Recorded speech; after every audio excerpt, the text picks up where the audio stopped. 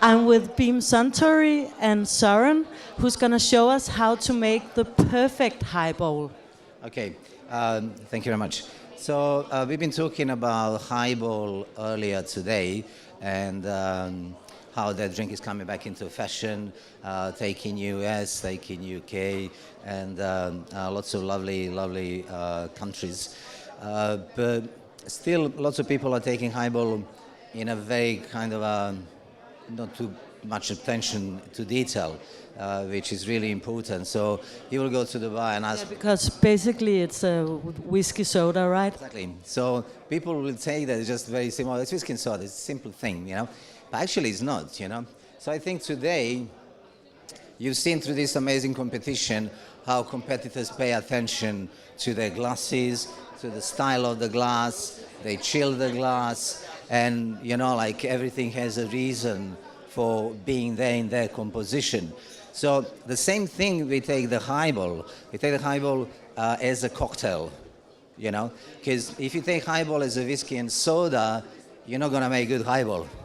But if you take highball as a cocktail, pay attention to detail, which only goes step by step with you, then you're going to be able to make a perfect highball. So, for example, we start from the glass as well. It's not just any highball glass, long glass. It needs to hold a good proportion of ice. So when we're talking about ice, this is the ice we use. So you have to have this at home if you want to make.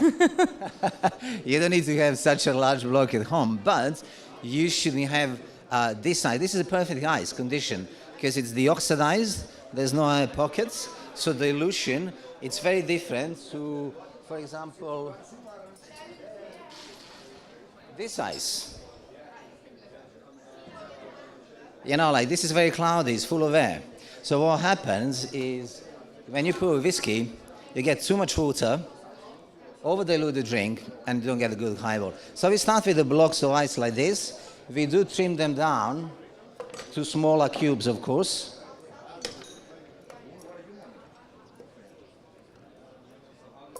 Okay. As so.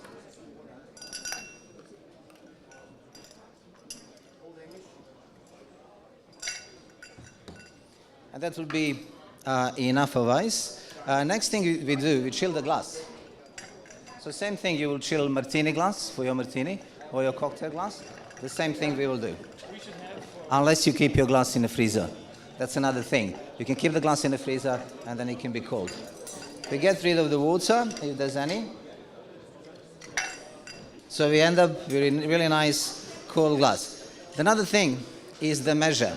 A good highball should be 1 pound whiskey up to 3 parts water dilution. So in our case, obviously, soda water. So after that is whiskey, selection of the whiskey. Whiskey needs to be a good quality, like Toki. Goes in. Yes. We're going to chill the whiskey. Very important thing is to chill the whiskey. Don't let whiskey just sit on ice. And one of the biggest mistakes that I've seen in bars is that bars don't refrigerate their minerals. Soda water should be cold, no room temperature. And then slowly, we put soda water on the back of the spoon, so we save the carbonation. We don't put soda over the ice, so we don't get extra dilution, and we still have right carbonation. And all we do, just leave the ice a little bit, just a gentle stir, just to start that mix with the whiskey and soda. And then for the garnish... Yes, we will hear more later. Thank you. Thank you.